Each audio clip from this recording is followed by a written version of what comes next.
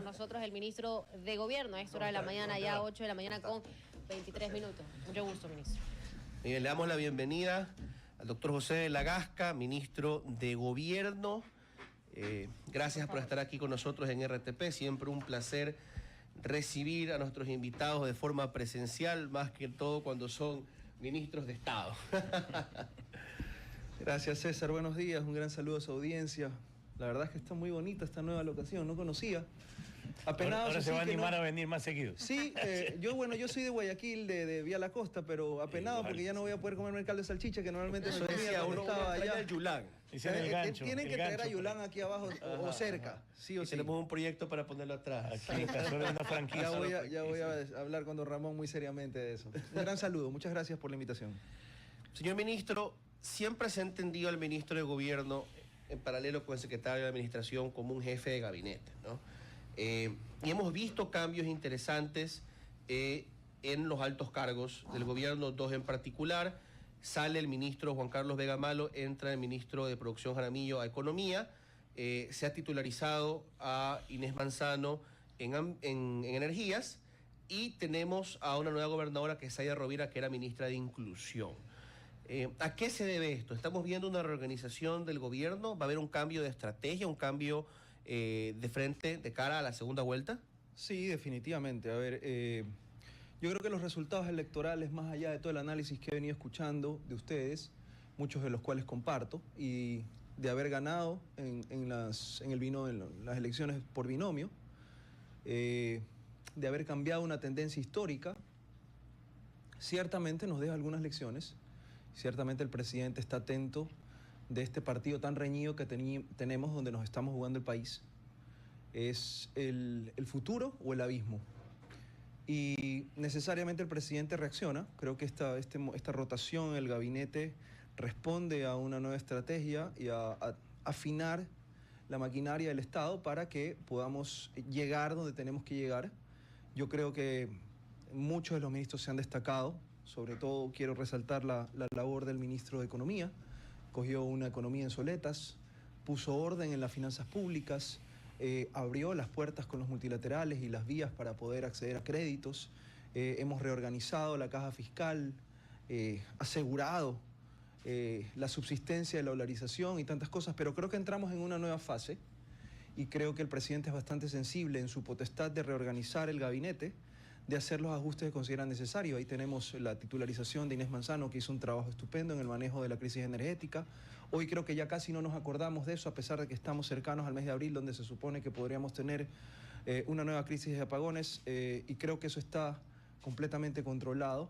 Todas las inversiones millonarias que se hicieron en su momento el año pasado para solventar la crisis de la sequía y de los apagones, hoy se ven y se van a seguir viendo en esa estabilidad energética. Por un lado, no se trata simplemente que hay lluvias y demás, las inversiones, lo que se pudo hacer en Toachi Pilatón, por ejemplo, recuperar en termoeléctricas y demás, afinar. Creo que eso fue un gran logro que tuvo Inés, hoy se ha principalizado allá.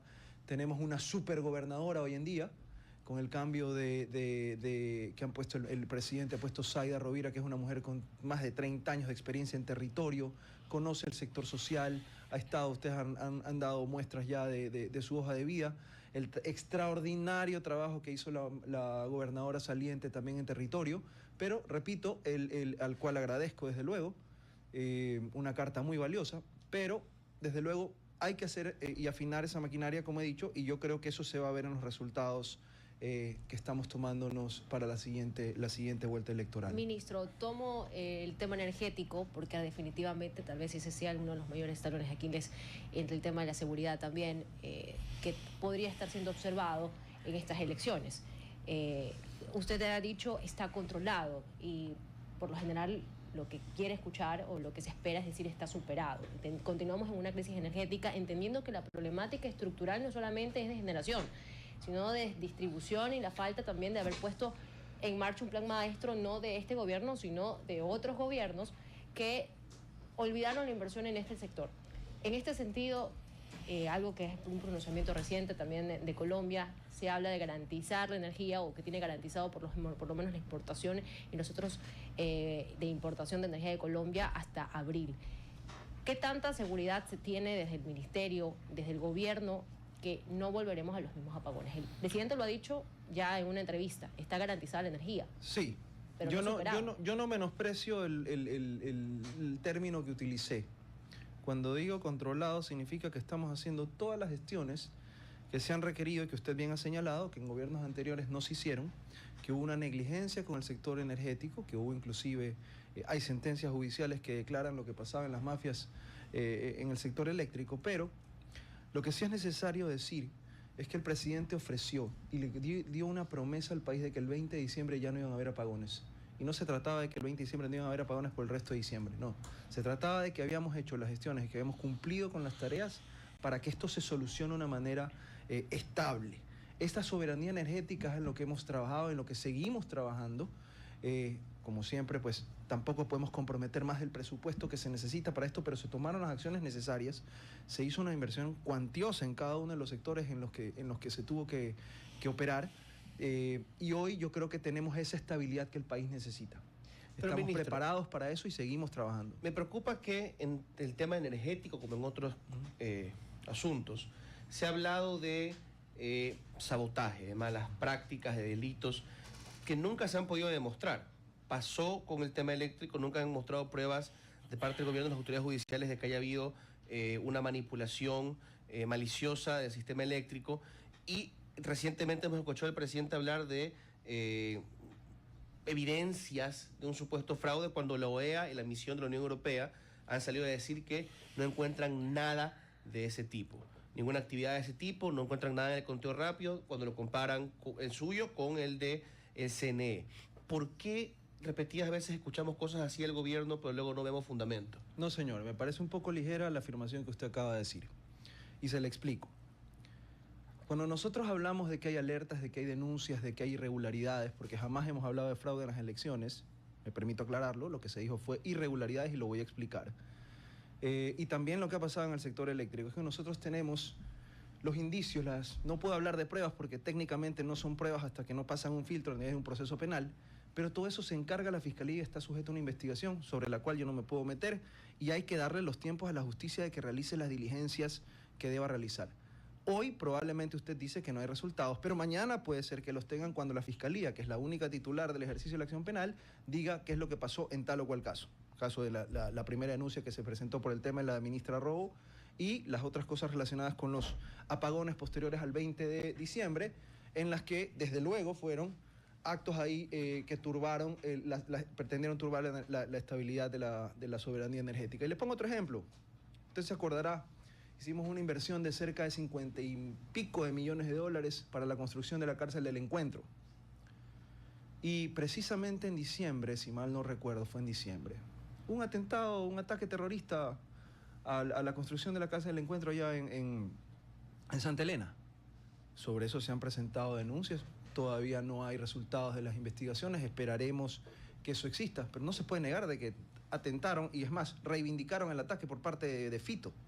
De ese tipo de locaciones. Entonces, el camino de la justicia y los tiempos de la justicia no significa que no han habido las evidencias, no significa que no han habido los sustentos en los casos para que la justicia haga su trabajo. Y nosotros respetamos la función judicial. Okay. Sobre el tema del fraude, repito, lo que yo sí he visto y a donde queremos enfatizar, querido César, es que no pueden haber votos bajo extorsión ni miedo. Y eso no es un secreto a voces. Eso, yo tengo las alertas, tengo los mensajes, me han hecho llegar un sinnúmero de alertas y de denuncias en las cuales me dicen, a mí me pedían que muestre la foto para que no me voten y no me renueven el permiso en la alcaldía de tal o cual local en la Bahía, por ejemplo. O que no me renueven porque si no, ¿sabe qué? Aquí esto es el territorio de los lobos, esto es territorio de los choneros. Y tengo que mostrar el voto porque si no, ya sabe lo que me pasa. ¿Usted cree que yo quiero denunciar? Cuando tienen mi foto. Sí, señor, yo estoy hablando, estoy poniendo un ejemplo, eso no significa que no haya pasado. Pudimos haber ganado en Guayaquil, pero esas cosas pasan. Eso atenta contra la libertad del voto, contra la libertad de la democracia, contra la expresión popular. Pero por ahí salió un comunicado de la Bahía que yo le digo, a ver, eso no puede haber salido del municipio, no por defenderlo, sino porque nadie es tan tonto como para mandar un comunicado escrito con firma del director. Yo no me refiero a eso, César. Yo sé, pero ¿quién hizo eso? Yo no sé. Yo no soy pesquisa para saber eso de ahí. Pero lo que sí le puedo decir es lo que a mí me ha llegado de ese tipo de extorsiones, de ese tipo de coacciones que definitivamente atentan contra la democracia. Entonces, creo yo, y esto es algo que se debe hacer, y pido al CNE que tome acciones en esto, es que se prohíba finalmente que al momento de la votación puedan las personas con sus celulares acceder al momento de la raya para que no estén más tarde empeñando la vía. Esto es una suerte de plato a plomo, querido César. Okay. Eso se debe corregir. También hay un peso por la gravedad de un proceso electoral de demostrarlo, ¿no? 8 horas con 33 minutos, señor ministro.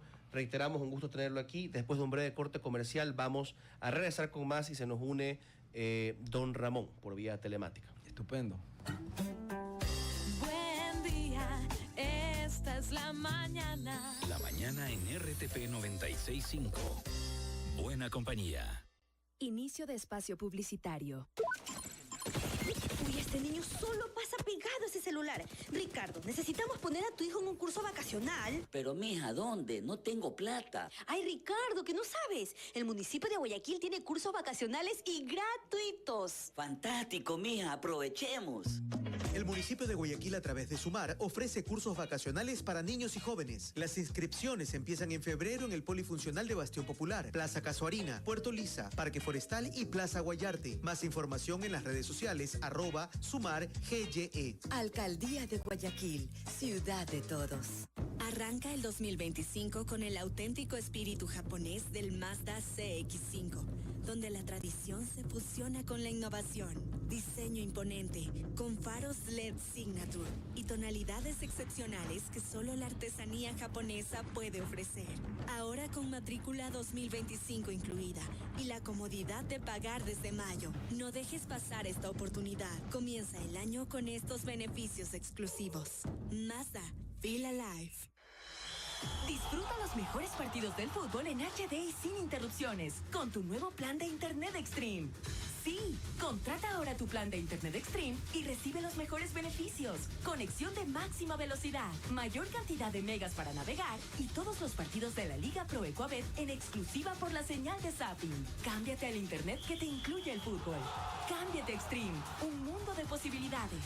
Extreme es marca registrada. Aplican restricciones. En febrero, aprovecha los descuentos en la revisión técnica vehicular que te da la ATM. Recibe hasta el 10% de descuento entre el 11 al 15 de febrero, si tu placa termina en 1, acercándote a los centros de revisión técnica vehicular. Aprovecha la oportunidad y benefíciate del descuento. Todavía estás a tiempo. Autorización número 1436. CNE, Elecciones Generales 2025. ¡Ay, qué hermoso!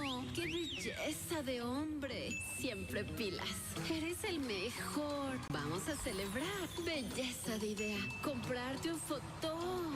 ¡Qué belleza de camión! Si quieres que tu esposa se emocione así, ven a Fotón y encuentra una belleza de financiamiento para tu nuevo camión. Camiones pesados Auman y camiones livianos Auman. Desde 15% de entrada hasta 60 meses plazo. Esto es una belleza de financiamiento. Te esperamos en todos nuestros concesionarios Fotón. Aplican restricciones. Fin de espacio publicitario. RTP. Siga con La Mañana en RTP. Con Astrid Singre, Fernando Insúa, José Javier Varas y César Febres Cordero.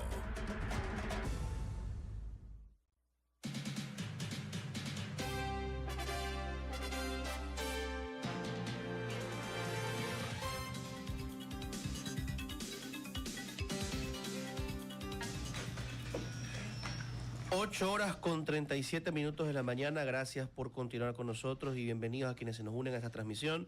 Estamos con el señor ministro de Gobierno. También entiendo que se nos une ya don Ramón. Ministro, buenas tardes o buenos días. Ministro. ¿Aló? ¿Se escucha?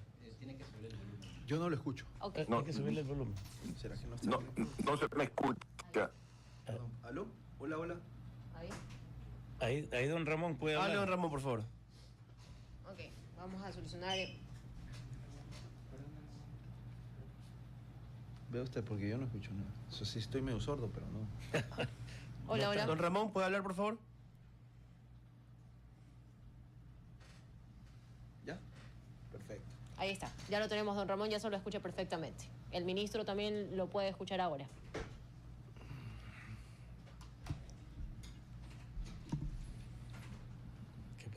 Don Ramón, lo esperamos. Bueno, hasta que se conecte. Continuamos con la entrevista, José Sí, Javier. exactamente. Le quería preguntar, señor ministro, y no quiero desaprovechar la oportunidad de su presencia. Usted conoce la justicia de dentro. Sí. Usted ha estado allí, ha sido juez penal, y es una preocupación acuciante para los ecuatorianos el tema de la justicia. Nos preocupa y evidentemente un alto grado de corrupción, pero también un grado de temor. Los jueces tienen un poco esa norma no escrita de plata o plomo, pero la ciudadanía no confía en la justicia. Creo que tiene razón en no hacerlo, pero ¿qué se puede hacer? ¿Qué cree usted? Y por eso le digo, usted conoce el monstruo desde dentro. ¿Qué cree que se puede proponer para solucionar un problema tan grave, sin el cual no tendremos seguridad jurídica, no tendremos inversiones, no tendremos tranquilidad, no tendremos paz, seguirá siendo la puerta giratoria de la justicia, entran los delincuentes, salen al día siguiente? Creo que si usted y yo cometemos una infracción de tránsito y vamos presos, nos quedamos más tiempo presos que un asesino o que un violador. ¿Qué es lo que pasa con la justicia, usted que la conoce de dentro? ¿Y qué se puede hacer? Yo siempre he dicho que esto se trata de un problema de personas más que de leyes.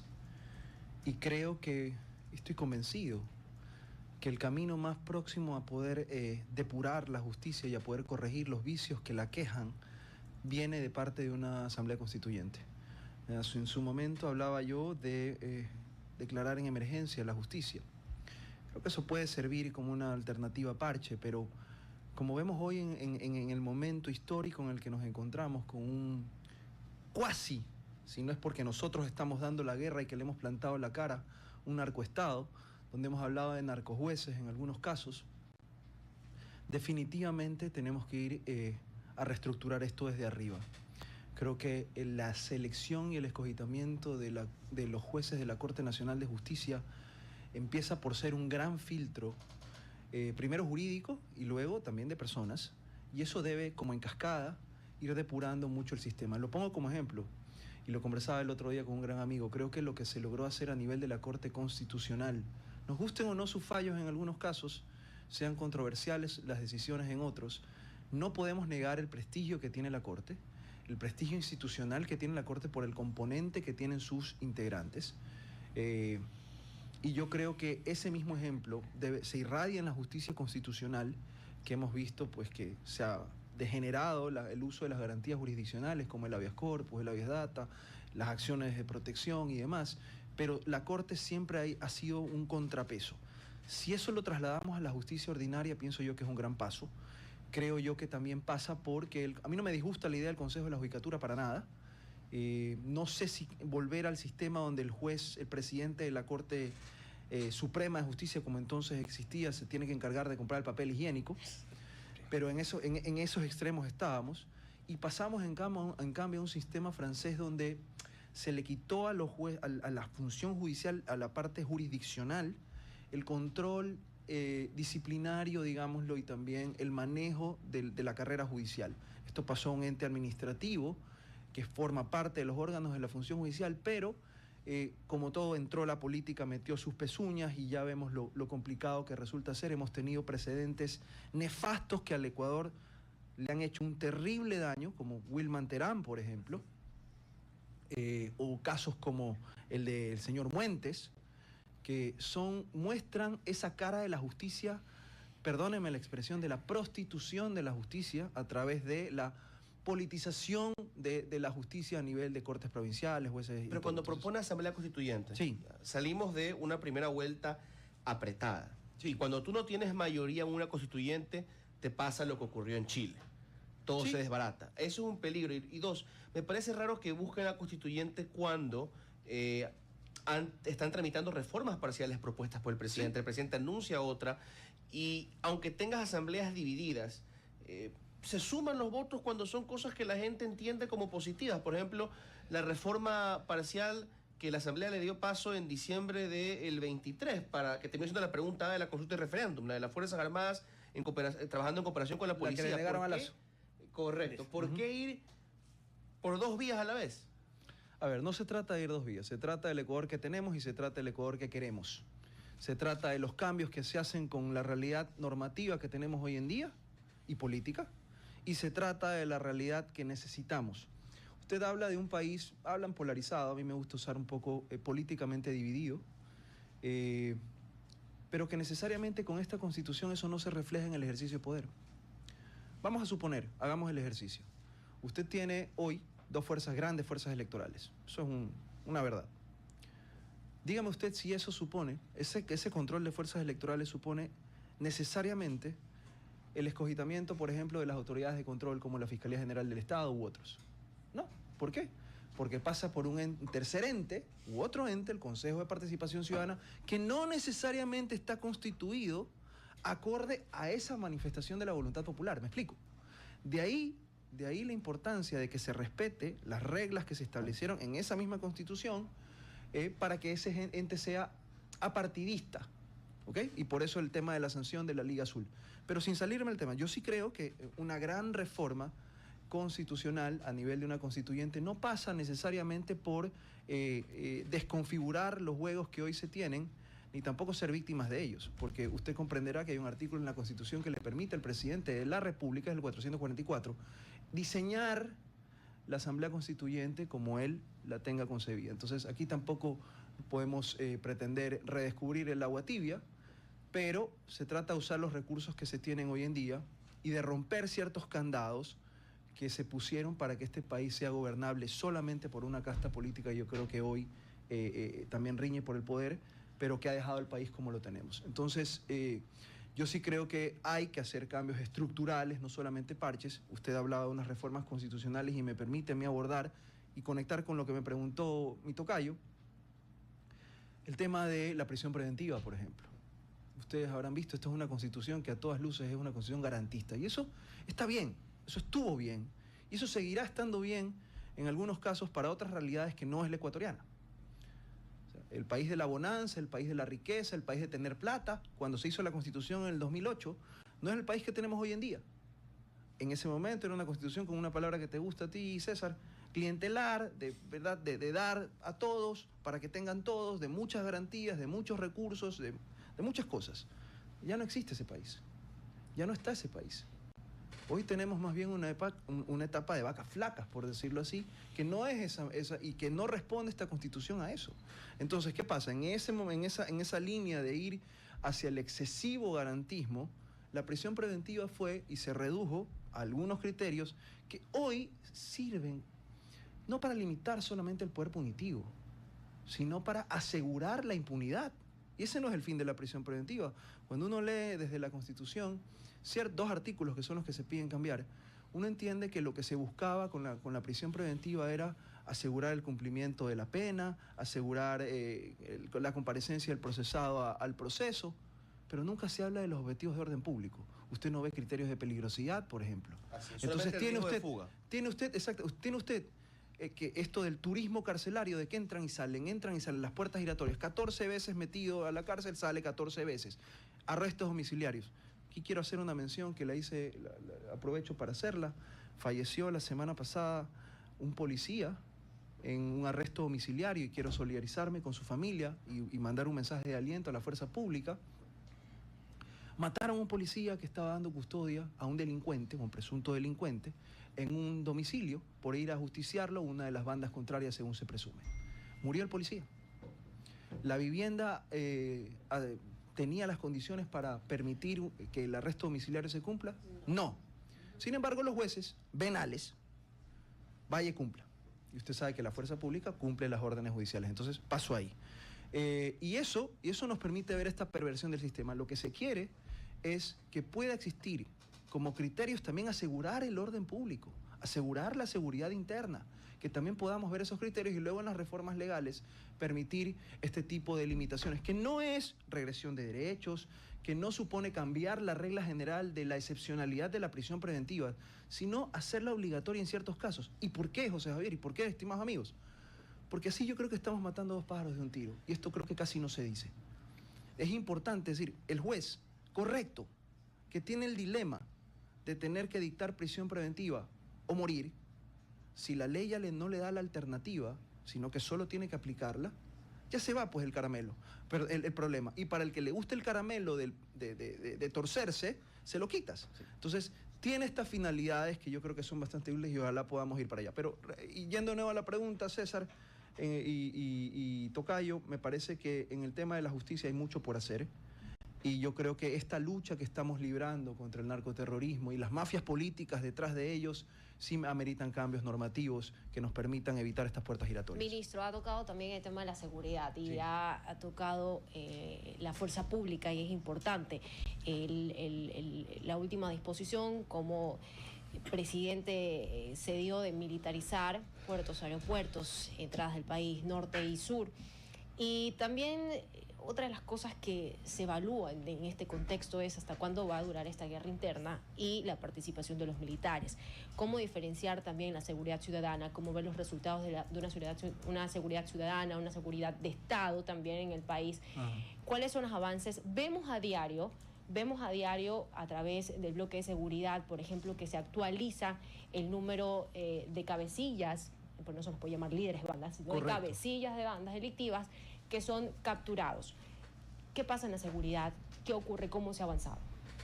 Bueno, yo creo que hemos avanzado bastante. Cerramos el año con una reducción del 16% de las muertes violentas y sin embargo en enero usted vio cómo se repuntó. ¿Casualidad? No. Ahí es donde yo digo esta vinculación, este vínculo indisoluble entre los grupos narcodelictivos y las mafias políticas que los protegen y para quienes sirven. Definitivamente esto es un problema estructural. Tenemos donde apretamos, se van para otro lado, hay estas luchas por el territorio. Y también cada vez que capturamos, o muchas veces que capturamos, y pongo el ejemplo de alias Chino, por ejemplo, en Puerto Viejo, se captura un objetivo de alto valor y la justicia lo suelta. Ya esa orden de prisión, esas medidas alternativas fueron revocadas, entiendo, por una corte provincial, pero ahora toca la tarea de volverlos a coger. Entonces, mientras están afuera, resulta un problema. Estamos trabajando en materia de seguridad incansablemente. El bloque de seguridad, ¿hasta cuándo tiene que durar? Hasta que logremos tener la seguridad, los niveles de seguridad aceptables que se requieren. Bajar los niveles. ¿Y la Fuerza Armada seguirá en las calles? Sí, mientras nosotros estemos en este gobierno y así nos lo permitan las leyes, esta lucha va a seguir, porque si no esto se va a convertir. Nosotros no vamos a contemporizar con el crimen organizado. No vamos a mirar hacia otro lado, le hemos plantado la cara, lo seguiremos haciendo porque esta es la necesidad del país. A mí sí me gusta ver esa percepción de seguridad que mejora. Yo sé que es un trabajo difícil y sé que en ciudades como Guayaquil, nuestra ciudad, es más complicado, pero si no se siente la presencia, los miles de operativos diarios que se hacen, de preventivos, las cosas no estuvieran en el nivel en el que están. Estuvieran muchísimo, pero muchísimo peor. Sí. Ministro, la que fue candidata para ADN, Yadira Bayas, tiene 2 denuncias en el TCE por el tema de precampaña y una de ellas es presentada por la presidenta Diana Tamaín del CNE y sale ella en videos entregando consignas de inducción que son pertenecientes del MIES. ¿Esto no caería en una infracción electoral? A ver, he visto la resolución del CNE, yo soy respetuoso de ese órgano electoral. Ellos han resuelto dentro de sus competencias y sus potestades remitir esto al TSE y la candidata deberá defenderse y deberá justificar las cosas que han hecho. Yo no puedo juzgar simplemente por un video, tengo que conocer el antecedente, pero lo que sí digo es que yo respeto lo que hace el CNE y respeto también el derecho a la presunción de inocencia que ella tiene. Yo no me puedo calificar de precampaña, ni de usos de recursos públicos, ni nada, hasta que no se demuestre eso a través del TSE. La que está encargada del MIES ahora es gobernadora del Guayas. Entonces, ella tampoco tuviera responsabilidad si es que caería en una infracción. ¿Y por qué? Bueno, estas cosas son responsabilidades personales y yo creo que hay que ajustar bastante ese tipo de comentarios o ese tipo de aseveraciones, porque la ministra Rovira, desde su cartera de Estado, desde las disposiciones que se toman desde las cabezas, van escalando una serie de disposiciones administrativas hasta llegar a los distritales y desde ahí el buen accionar o el mal accionar es de competencia y de responsabilidad de cada quien. Pero hay una responsabilidad política. Si mi director zonal se comporta mal, al menos a nivel político, y eventualmente cada la asamblea me pueden decir, es su culpa el haberlo tenido ahí o debe asumir la culpa del subordinado. A nivel político, no lo judicial. Yo creo que igual esto siempre tiene un nivel de responsabilidad personal. Sí, hay una responsabilidad política, pero hay que ver si es que acaso hubo una infracción y una vez que se determine esa materialidad de infracciones, veremos si hay responsabilidades políticas, administrativas, electorales y demás. Pero sin esa base yo no me puedo permitir afirmar o hacer alguna afirmación de que existió o no existió tal cosa. Hablábamos, yo quiero insistir en el tema de la justicia, seré necio. Y es correcto, pienso lo mismo. A veces que creemos que son las leyes y hay que mejorarlas, son perfectibles siempre, pero las personas que las aplican, a ellas vamos. Me parece que una de las tragedias nacionales es la poca vocación en el servicio público que existe hoy en día. Por muchas razones, le hemos encomendado las soluciones de nuestros problemas a los malos. Y evidentemente no lo van a hacer adecuadamente. ¿Cómo ve usted, ministro, la real vocación de la participación pública de los jóvenes? En la justicia es casi nula, por eso vemos la gente que tienen. Ustedes también en el gobierno deben tener una forma de medir. Seguramente ustedes piden a los jóvenes que participen y es muy difícil hacerlo. Hay gente que ya está ocupada en su propia vida, le temen al tema, al espectro público. ¿Qué es lo que se puede hacer para que realmente los buenos se encaminen a solucionar los problemas del país? Mojarse el poncho es de valientes. Hablar desde la comodidad de un tuit es bastante fácil. Meterse a ser juez, deporte extremo. Meterse a la política, sacrificar tu vida, tu honor, y quién sabe si después te persiguen. Pero eso es lo que cuesta hacer un nuevo país. Eso es lo que cuesta, esa es la responsabilidad y ese es el sacrificio que hacemos quienes nos metemos al servicio público, porque quienes tenemos bien clara nuestra estructura moral, nuestros principios éticos, no estamos aquí para enriquecernos los bolsillos, otros sí, nosotros no. Y aquí lo que hacemos es ver hacia una construcción de país. En la justicia es igual, a mí me gustaría que sí, podemos tratar de construir una mejor escuela judicial, pero incentivar que las personas de bien, los abogados de bien, no los abogánsters que hemos visto algunos, uno de los cuales está preso ahorita, por ejemplo, lo cogieron en Quito, otros aquí en Guayaquil, que necesariamente trafican con la justicia y se vende ese sueño de que son los mejores abogados cuando lo único que hacen es pasar un maletín de un lugar a otro.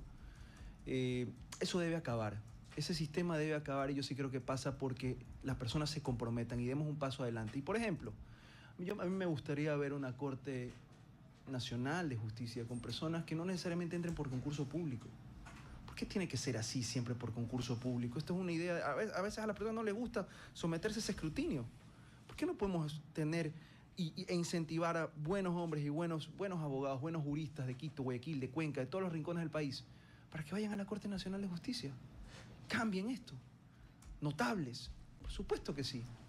Y yo le aseguro que ahí sí las personas van a decir, yo siento la responsabilidad, muchísimas gracias, siento la responsabilidad de honrar este tipo de designaciones. Y que los veamos, pues. Tienen un prestigio que poner en juego, pues. Entonces, quizás tenemos un problema de selección de jueces, de evaluación de jueces, y de que el sistema disciplinario, de que el régimen disciplinario de los jueces tampoco funciona, de jueces y de abogados. Para mí, se ha lesionado de muerte el sistema disciplinario porque hoy usted ve que los jueces no tienen miedo a nada. Yo los decía cuando escribía junto con César en el Expreso, los milagros judiciales. Estos jueces que literalmente convierten el agua en vino, poco y más. Y que a través de las garantías jurisdiccionales hacían lo que les daba la gana. Entonces, ¿por qué? Porque sabían que no iban presos, porque tenían unas disposiciones a través de un fallo de la Corte Constitucional que habían dicho que interpretaba que no cometían prevaricato, es decir, que no que iban a ir presos, hicieran lo que hicieran. Y después que habían lesionado al Consejo de la Judicatura para que no exista la potestad de oficio y para que no existan las medidas cautelares para suspender a los jueces. Entonces, se le quitaron los dientes, se le quitaron las capacidades a un Consejo de la Judicatura que en su momento sirvió para controlar políticamente la justicia. Entonces, como modo de corrección, lo dejaron semidesnudo o desnudo, y usted vio cómo proliferaron esos jueces en Manglara Alto y en todos los rincones del país que se iban a buscar estas acciones de protección a la carta, ¿no? Entonces, yo sí creo que la justicia, por eso hablo de una gran reforma estructural de normas, por eso hablo de una nueva forma de construir la forma en que escogemos y evaluamos a los jueces y cómo se maneja el régimen disciplinario, pero sigo pensando que es un tema, tocayo, de personas. Ojalá puedan ingresar a la función judicial. Yo le cuento, perdóneme Astrid, si me permite, yo estaba en mi libre ejercicio a mis 30 años, era profesor en la universidad, estaba empezando con pie firme en mi ejercicio profesional, y un buen día abrí el periódico y vi concurso para 303 jueces de la función judicial, organizado por el entonces Consejo de Transición de la Función Judicial. Y dije, vamos a ver si es cierto. Si paso la prueba psicológica, estamos bien. Pasé el concurso, fui etapa por etapa, complicadísimo, y de 300, no sé cuántas, porque en ese entonces aplicábamos para un juzgado. Yo apliqué para el juzgado sexto de lo penal y terminé ganando el concurso para ser juez 24º de lo penal. Fue un proceso dificilísimo, dificilísimo. Entramos 17 personas, de los cuales los 17 los conozco y tengo de las mejores referencias de los que entramos. Y muchos de ellos, de los que concursaron, no entraron a ese concurso, entraron a un concurso posterior mucho más laxo, mucho más permisivo, y ahí muchos de ellos están metidos en estos casos purga, metástasis y todo eso. De nuevo, problema de personas. Ojalá que los jóvenes jueces, personas muy notables, se encaminen por tratar de corregir las cosas desde adentro. Ministro, aprovechar que también estamos a punto de ir a un nuevo corte, preguntas breves, tema político. Sí. Ya entramos al balotaje en campaña de segunda vuelta. Ahí veíamos unos acercamientos a la prefecta de Cotopaxi, la señora Lourdes Tibán. Vemos también con bastante asombro las decisiones que se ha tomado desde las organizaciones indígenas. ¿A qué se apunta? Sé que hablaron de gobernabilidad, de acciones sociales, pero es inevitable pensar que también se habló de la parte política. ¿A qué apunta en estos momentos el gobierno hacia poder captar ese, yo no voy a decir el 5% del señor Issa, pero al 17% del docentismo y al casi 9% de los nulos y blancos? A ver, lo primero, creo que del lado de la derecha, centro derecha si se quiere o como sea, no hay más candidatos, no hay más competidores. Creo que el presidente Noboa ha capitalizado bien esa parte del tablero electoral, y más bien del lado de la izquierda más extrema, todavía la Revolución Ciudadana no logra eliminar el poder de la fuerza indígena, por un lado. Mi acercamiento, sí, estamos haciendo acercamiento con todos, lo decía hoy, creo que aparece en una entrevista aquí en Diario El Universo. Yo quiero invitar a unas mesas de diálogo a todos los actores políticos que compartan y que tengan visiones del país que todos queremos, a donde no queremos ir.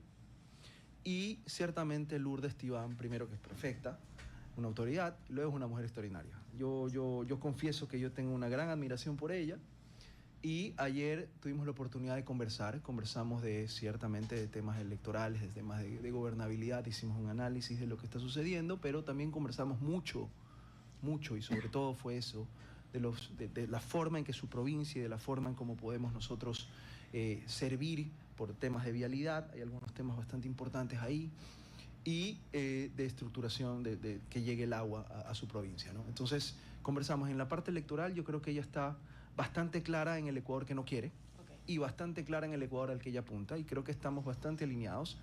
Yo tengo muy fija la percepción de que hay un electorado ahí que probablemente tenga una gran inclinación ideológica quizás, pero hay otros que saben lo que representó el correísmo en contra del indigenismo, en contra del movimiento indígena, y yo creo que son personas que perfectamente pueden estar alineadas con el Ecuador que sí queremos. Entonces, la reunión de ayer fue conversar, establecer ideas y tener unas visiones y compartir visiones en común que tenemos del país. Y así fue muy agradable, la verdad. Para concluir, señor ministro, usted fue juez. Sí. Y usted nos habla de, como el gobierno, ¿no?, de tener un nuevo Ecuador, nuevas prácticas, nueva forma de hacer política. Independientemente de toda la discusión jurídica que quizá en otra ocasión podríamos tener en el caso de la vicepresidenta, muchas personas percibieron el gesto del Ministerio de Trabajo de poner una placa transparente como un intento de desacato a la autoridad de la juez Nubia Vera, que podemos decir que está equivocada, podemos decir que actúa de manera imprudente o estrafalaria, pero sigue siendo autoridad legítima. ¿Qué le merece esa decisión de poner una placa transparente? Yo creo que primero, sobre la legitimidad, como en todo, uno se legitima en la fuente por cómo llega al poder, y luego se legitima en la gestión. Yo tengo muchos reparos respecto de la actuación mostrada por esa jueza y de su actuación precisamente el día viernes, en pleno silencio electoral, de todo el show mediático y judicial que pretendió hacer con un objetivo claro. Yo creo que el presidente lo mencionó muy acertadamente cuando dijo por qué la señora vicepresidenta no mostró su voto. Me hubiera gustado que también le hagan el seguimiento a la jueza para que muestre su voto. Yo sé que el voto es secreto, pero creo que todos me entienden. Definitivamente ese activismo político judicial se fue usado como parte, yo creo que de un momento político. Lo del tema del cumplimiento de la sentencia está cumplida. Si les gustó o no les gustó a algunas personas, ya tendremos que verlo, pero yo creo que aquí tenemos que ver mucho más allá. Aquí tenemos que ver mucho más allá de quienes sí estamos cumpliendo con las disposiciones legales y judiciales y quienes no. Y una de ellas es la señora vicepresidenta, que sigue sin presentarse en Ankara a cumplir con la disposición del decreto ejecutivo 490 y 492, perdón. Entonces, yo creo que hay que apuntar hacia allá. Y los días siguen corriendo y las consecuencias jurídicas se siguen agravando y se siguen aproximando y vamos a ver qué pasa. Gracias, señor ministro. Siendo las 9:04, a nombre de este panel y de toda nuestra audiencia, le agradecemos por venir acá, por como servidor público comparecer ante el público que nos escucha, y sepa que siempre es bienvenido acá, donde encontrará debate, discusión, y nos sentimos agradecidos justamente por haber participado de este espacio. Muchísimas gracias a ustedes, una felicitación por esta nueva casa que está muy bonita, y me quedé con las ganas de poder conversar con mi amigo don Ramón. Un gran saludo a ustedes y a su audiencia. Muy bien, vamos al corte comercial y en breve regresamos con más. Claro que sí.